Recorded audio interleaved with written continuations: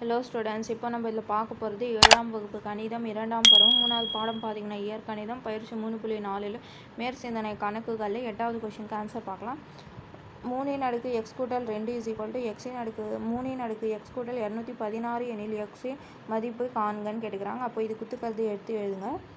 3 x கூட்டல் 2 3 x கூட்டல் 216. அப்போ இதை நம்ம 216 வந்து அடுக்குகளாக மாற்றணுன்னா பாருங்கள், காரணிப்படுத்துங்க. 216 2ஆல் பண்ணிங்கன்னா 1 2 2 0 8 2 16.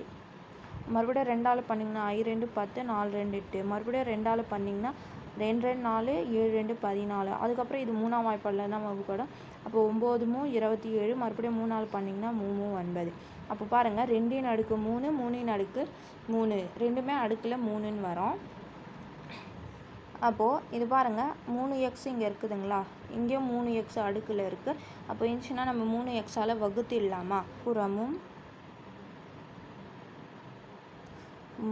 3x வகுக்க.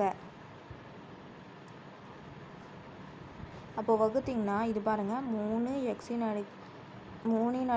கூட்டல் 2 by 3x is equal to 3x by 3x கூட்டல் இது எப்படி கண்டுபிடிக்கலாம்? 2 3 2.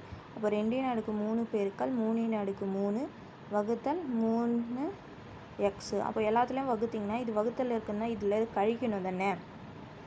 அப்போ கழிச்சிங்கன்னா பாருங்கள், 3x கூட்டல் 2 இது கழித்தல் x இஸ் ஈக்குவல் டு இது 3x கழித்தல் x கூட்டல் இது பாருங்கள் 2 பெருக்கல் 3 இது கழிச்சிங்கன்னா கழித்தல் எக்ஸ்ன்னு வரும். அதுக்கப்புறம் பாருங்கள், இந்த எக்ஸை கேன்சல் ஆகிடும். அப்போ என்ன மீறுது? 3 இது பார்த்திங்கன்னா 0 ஆகிடும். அப்போ 3 0 கூட்டல் 2 பெருக்கல் 3 கழித்தல் எக்ஸ்ன்னு வரும். அப்போது இது 0 இருக்கிறது இந்த சைடு வந்துச்சுன்னா கழித்தலாக மாறிடுமா? அப்போது 3 கழித்தல் 3 இஸ் ஈக்குவல் டு 2 பெருக்கல் 3 கழித்தல் எக்ஸ். அப்போது இதோட மதிப்பு பார்த்திங்கன்னா 1. இதோட 3 நீங்கள் 2 முறை போட்டு போயிருக்கீங்கன்னா 9. அப்போது 9 கழித்தல் 1 இஸ் ஈக்குவல் டு 2 பெருக்கல் 3 கழித்தல் எக்ஸ்.